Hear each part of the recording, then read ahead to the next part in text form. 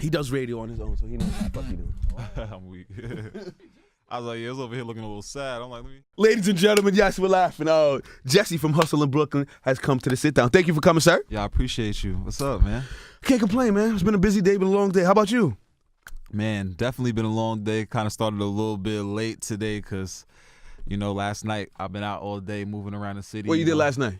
I mean, we was outside. Club Niggas Deuce. from Brooklyn use that phrase all the time. We was outside. We was outside, you know what I'm saying, Club Deuce or whatever. I just been working with my new artist, Jennaske. You feel what I'm saying? Oh, that's your artist now? Yeah, facts. Originally I was managing her early on in her career with Twin, 50-50 Twin, but like the timing wasn't right, so we just had to take care of our own separate business, and then everything came back together, I got a lot of the plugs around the country. So who reached out back to who? She reached out to you first, or you reached back out to her? I think that we saw each other a couple times at different events, and we exchanged information again. Nah, for real. Stop it. She seen you was on BET. She I need that again. Don't do that. Nah, man. At the end of the day, I think that, like I said, the timing was everything. So when I saw her and we linked up, I was just like, yo, what's going on? And she broke down her situation. And from there, I was just like, we ain't gonna have you out here, just any kind of way. Let's get it right, My assistant Dory always checks her page and says, she goes, I don't know if it's true or not, but it looks like Jannaske's always working, doing something. Yeah, we working right now. You know what I'm saying? Ski season on the way. She got a single that she finna drop in 2 weeks or less, and that's about to be over after that, I promise. I've interviewed her before, but make sure you bring your artist up to her, son. Yeah, Jannaske's the homie. She's a little Haitian girl. I see her out here. Facts. Shout out to Jennaske. But now, about you, sir. What's up? Hustle in Brooklyn. Yeah, man. It's officially over. Yeah, the first season. Are we getting a season 2? I can't spill the beans. I'm not sure. They got that's already confirmation. I can't spill the beans means there's something to spill. Phone call to me. You know what I'm saying? Heard you. So season 2 is gonna start when? 2020, 2019? When Chase Bank tell me it start. Okay. When that check clear. Yeah, Heard you know what I'm saying? Heard you. Okay, but your first season on Hustle in Brooklyn, how did you feel about it? How did you feel you were portrayed? How do you feel the whole show came off? What are your feelings about the whole situation? I feel like I was one of the realest on TV this season. You know what I'm saying? Mm-hmm. As far as the male cast, I think I definitely held it down as far as keeping it real. Can I be real with you? Yeah, please. All right. Please be real. I didn't watch too many episodes, but I saw the one episode where Homeboy had kissed, was it Ivy on the forehead? Oh, yeah. Or something like that. I was like, yo, fam, if that's yours, you supposed to at least mush that nigga in the fucking face, God. Yeah, I mean, at the end of the day, like, clown shit, I can't No, really don't do that. deal with. Don't do me like that. Come on, man. I'm not even going to do you like that, because I know that I was really into how I was going to be portrayed on television in terms of I didn't want young black men to be looking up to me and feel like that physicality was the way to go. You know what I'm saying? And in that instance, I handled it real. You know what I mean? Like, I saw something I didn't like. Shorty had to get canceled. You know what I'm saying? That's just what it boils down to at the end of the day. I stand corrected. Young black man doing his thing. I apologize. Nah, it's all good, man. We got to inspire men not to take no mess out here because, I would definitely put hands on that nigga, goddamn. Fuck out of here. All right. So do you feel you were portrayed the right way? Yeah, just in terms of my, I guess the realness, the organic rollout of it all, like my reactions were definitely not produced, you feel me? Mm-hmm. It was certain moments, I think that in the moment where I was getting into it with Darnell outside of the venue, I could have definitely just walked away because, that's all I was going to be was talking, you know what I mean? And I think that at the end of the day, the truth be told, it could get hot in the city, you feel me? And I just had the conversation face to face with Darnell and everyone else, like, yo, look, man, like, if this is TV, it's TV. But if it start getting real, then we're going to have to bring it back to the 2000s. You know what I'm saying? Like, heard you. We in the club, Moet might fly past or something. You feel me? You can't be trying to show one way on the camera and show out and switch up. You know what I'm saying? It is what it is. Like, my peoples, we work super hard. We, monkey business is not tolerated. You know what I'm saying? Period. So when it come down to it, I just had to let everyone be who they were going to be. And I started to really, like, maneuver and see, like, you could see it in somebody's face when they about to do some bullshit in front of the camera. You know what I'm saying? So I'm like, all right, well, I see what it is. Now let's play ball. Okay, so how is your relationship with Ivy and Danny now? Danny was just in the club with me last night. She was supporting her homegirl, Jennaske or whatever. Haitians always support Haitians, man. Shout out to my Haitians too. Yeah, I think that everything is cool now in the sense of I ain't got no issues with Danny, you feel me? I'm not in a relationship anymore. You know what I'm saying? So anymore. And what happened? Yeah, I mean, yo, man, you guys see it unfold on the television. At the end of the day, At the end of the season, I saw. I think she went on tour or something like that. You know, we was trying to figure it out, you know. And I think that any man who's invested time and money and, you know, all these things would want to make sure, like, it's not just my feelings, it's an investment. You know what I'm saying? You want to see this shit to fuck through. I'm gonna keep it all the way true, you know what I'm saying? But you know, at the end of the day, I just had to step away from the situation knowing I was a very A1 individual, you know what I'm saying? I showed her things that I feel like a lot of dudes did. You feel me? So it just was what it was. Shout out to Ivy, shout out to Danny, shout out to the whole crew shout out to the whole crew though, man. BK no Hustling Brooklyn. So what was your job title before you started Hustling Brooklyn? Yeah, I have an agency called Legends in the Making Inc., and that's basically a celebrity talent management company that I started 3 years ago when I was you know, in my cheating girl's crib. Hold on. What do you mean cheating girls? Was cheating. It's all right though. So you know what? She was cheating on you? Yeah. So what ended up happening is I figured it out. But I said, how'd you find out? Yo, man, I got ways. You know what I'm saying? So I figured it out. And at that point, I'm like, you know what? Cool. I'm not even gonna trip because I was in Texas. I'm from New York, so I'm about to like inconvenience myself and make a whole new situation. So I'm like, cool. I woke up every day in the little crib we had, and I just started a business on her computer. And then once the business got started, I made enough money to take a flight. And I just woke up one day and was like, yo, baby, I ain't gonna front. I'm out. And my flight was like 2 hours later. Savage. I'm just keeping it trail, yo. Damn. But, we started that, and thankfully I've been able to garner a lot of you know, super dope talent under my roster. Shout out to Jonathan Fernandez from Love and Hip Hop. I managed him. I did road management for Lil Scrappy for quite some time. Okay. Also doing a lot of the marketing and advertisement for Dice Soho. He's signed to Mike Dean's label, and now I signed Ponce de Leon from L.A. Big, super big upcoming artist from L.A. And then we got Jennaske. So how do you get in contact with these artists for you to manage them or represent them? I think that the most important part of it is the art of courting talent. You know, like I do a lot of research on the internet, and then I go outside and I feel the energy and see how things transfer. And, you know, personalities, you always got to weed through the egos and everything because it get crazy. You know what I'm saying? Plenty of times I done worked with indie artists and, you know, help take them from A to B. And not to say that they owe them, you know, they owe me their lives, but you know, they don't show no gratitude, no love. You know, I'm spending bread, not getting no recoup agreements. And, you know, at the end of the day, I had to take those losses to understand how to, you know, pull the reins back and, you know, really set some boundaries. So, you know, I think that it's really just flowing now. It says that you were at Adelphi University on an athletic scholarship. Yeah, I was playing lacrosse. Originally, yeah. Lacrosse. Black people don't play lacrosse. Jesse, what you talk about? Football broke my heart, man. That was the first heartbreak I had. I was the #2 linebacker in the state of New York in 2009. I still hold the record for tackles in a single game currently for the state of New York. Which was? 28. 19 solo, 9 assisted.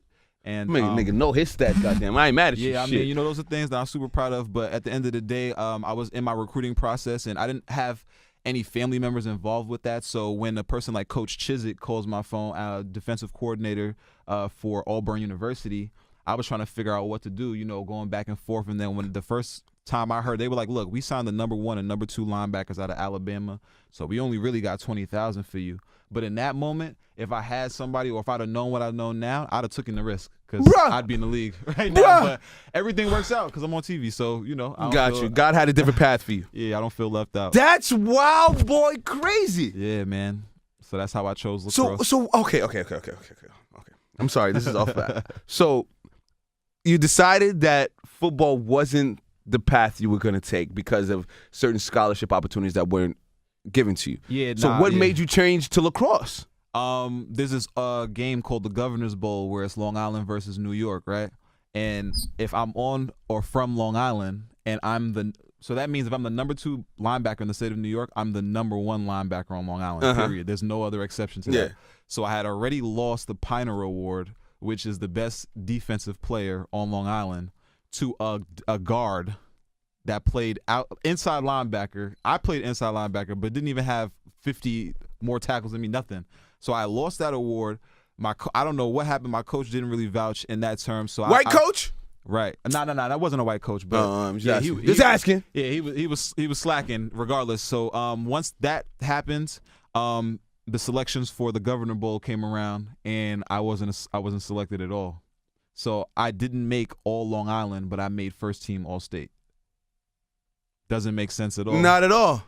Yeah, man, Nassau County, Long Island, y'all suck. That was terrible, but it's all right though. Hopefully no more kids are getting stifled like that. But that's what happened. So, Gordon Purdy from Adelphi University had reached out to me and was just like, "Hey, he's Australian." He was like, "Hey, Jesse, I love the way you play lacrosse. We have full scholarship here for you." So you were playing lacrosse at the time as well? Yeah, I was playing in high school. Just to stay out of trouble, stay off the streets, because, it's crazy outside. Yeah. It gets crazy outside. So I was trying to stay focused, and I knew there was no other way for me to pay for school, and school was the only way I was gonna get out the crib. You know what I'm saying? Heard you. I was like, we need to go with this. Signed it, and it was giving me $40,000 a year to play lacrosse. How did you enjoy the experience? It was dope because I was only one of 2 black people on the team. Yeah, niggas don't play lacrosse, bro. I'm sorry. So I was getting a whole lot of love. Campus definitely was live, and then I ended up tearing my ACL. So that's playing lacrosse. Yeah, that's how the shift happened into music. So everything is like cause and effect. You know what I'm saying? So okay, so that had to be a dark place in your life at the time. Yeah, it was. When you tear your ACL and you was. First off, football was the love. They didn't give you no love football. Then you turn over to lacrosse. You're doing your thing in lacrosse. Shit got shady with that too. Yeah, go ahead, talk to me. Go ahead, because you're a black nigga playing lacrosse. Exactly, politics. So the parents of the a lot of the white kids on the team were just like, why is this black kid getting paid more than my son, and now he's hurt. So now it gets to the point where I'm 3 minutes late to a meeting, and it's not a write-up. It's not a piece of paper in your locker. Now I'm having meetings with the assistant athletic director and shit like that, and it's like, yeah. But it was just to create a paper trail. So on the third time around, that third meeting is like, here's the paper that's saying we're no longer giving you $40,000. Thank you for your service and support or whatever, and have a good one. Figure out how you're gonna get that $40K before, So I was like, shit. So definitely brought me into a dark place, but I guess I started being a songwriter, which is like my bread and butter. Is that a passion of yours, songwriting? Yeah, working with artists and creating. So I started there. Everybody tries to be the rapper and all of that, and I tried it, and for me, I think that based on the fact of knowing a little bit of the business and actually being able to write music, it worked out a little bit. So I was able to open up for like Lupe Fiasco, Wale. When was this? What year was that? 2011. Nice. Yeah, 2011. But I quickly realized, like, I don't want to be under the pressure of having to give creative content all the time. I want to do it on my own time. But if you broke and not popping, you don't have that luxury as an artist. You know what I'm saying? So I'm like, you know what? Let me figure something else out. And, being a part of like different student unions and stuff on campus, I really, really got a knack for the business. And I'm like, you know what? I can make just as much money. My girl's still gonna be just as bad. You know what I'm saying? I'm like, yeah, I don't even want to do that. It's all good. I'll manage it, Jesse's in the building. It's a sit down. It's your guy, EmEz. Okay. It's gonna be awkward, but I gotta read it. It says Jesse went viral on the internet for a penis print photo he posted. Yo, what's funny? I told you it was gonna be awkward. Yo, definitely didn't post my penis on the internet. All right, talk to me about this, please. Yo, a company has sent me some athletic wear. You know what I'm saying? And all right, can I disclose something? I've been wanting to put one out. Yo, man, it works wonders. I've been wanting to put one out. I'm not gonna lie to you, but my girl said she would fucking kill me, God. I want to put one out so bad. Well, my girl was acting like she wasn't with one of the illest in the city, so we had to let it be known. All right, see that, babe? You see that? Fuck around, act up. Next time we argue, I'm posting it. I'll fuck that. If we argue again, I'm posting it. No, Jesse said I could do it. I'm posting it. Fuck that. It's the sit down as your guy, EmEz. So talk to me about the print. What happened? Yeah, man, like I said, talk to me about the print. I'm paused. I'm like, okay. Fuck. Nah, but like I said, a company sent me some athletic wear, I feel like it was looking good. I ain't, you can't see yourself when you're not looking in the mirror. So I'm just like, damn, let me get in front of the mirror. And, you hold down the picture button and it takes a lot of photos. So I was just like, I don't know. I was mad oblivious in that sense. Don't do for that. the most part. Don't do that. See, don't. Okay, see, It was a little bit. I ain't know. But no, we're not gonna accept that from you, Jesse. I did know. You're a very smart man. You're a very smart gentleman. Don't be conveniently dumb to tell me that shit happened. You knew what you were doing. It was very strategic. Yes or no? Yeah. My guy, Jesse. I ain't mad at you for that. I knew what I was doing. Fuck it. Do if you do it, own it. Yeah, I got there's a lot of DMs and attention and stuff like that. So I archived it for now. Oh shit. Throwback Thursday in the bitch face. I'll give it to myself. So archive, not delete. All right. Oh, and it says here you also have your own radio show. Yeah, Subtle but Major. We're going through Starcom right now. It's on 101.9 out in Seattle, Washington. Syndicated in like 22 other independent markets. Ooh. And just kind of building on the culture in terms of like the music business and independent growth, and then outside of that, like covering the other side, like once you make it, you know what I mean? Like what did it take, those components. So coming up with that concept, I originally came to 101.9 as a music director, and that was just simply to kind of build the culture back up. There was definitely no representation as far as the urban side in of music Seattle, at the table. I would assume so. Which is crazy because it's a dope market if you can, really tap into it, because people out there just looking for stuff to rock with. You know what I mean? Like they'll obviously catch on to the LA things, SOB, RBE, Shoreline Mafia, those kind of things, Blueface, but they were definitely just looking for a way to build the culture back. And first thing I did was I called out, some people that I felt like were going to help build the show in a positive way. So, shout out to Jonathan Fernandez and Nia Lee. Those were the first two hosts that I signed, under everything. How was it working with Nia? Because Nia's a beautiful young lady. Body Shout for out to the days. queen. How was it working with Nia? It was definitely dope. At the end of the day, she's expressive, and she has her opinion on a lot of things, as I feel like everyone else does. You know what I'm saying? And a lot of us just aren't as confident to express those opinions and things like that. And I definitely commend her on not being scared to stand up for herself, because a lot of times you got to stand on the table and let people know, like, yo, stop playing with me. Amen. That's just what it is. So I definitely respect her for that, and inspiring other people to stand on the table and be like, yo, stop playing with me. Jesse's in the building. This is Sit Down, Yes, Hustle in sir. Brooklyn and all that. Yes. Since you did radio, I want to ask you some general topic questions. How do you feel about Trump? It's fuck Trump. Okay, heard you. It's fuck Trump. So make sure we're on the same page. Definitely. How do you feel about Kanye?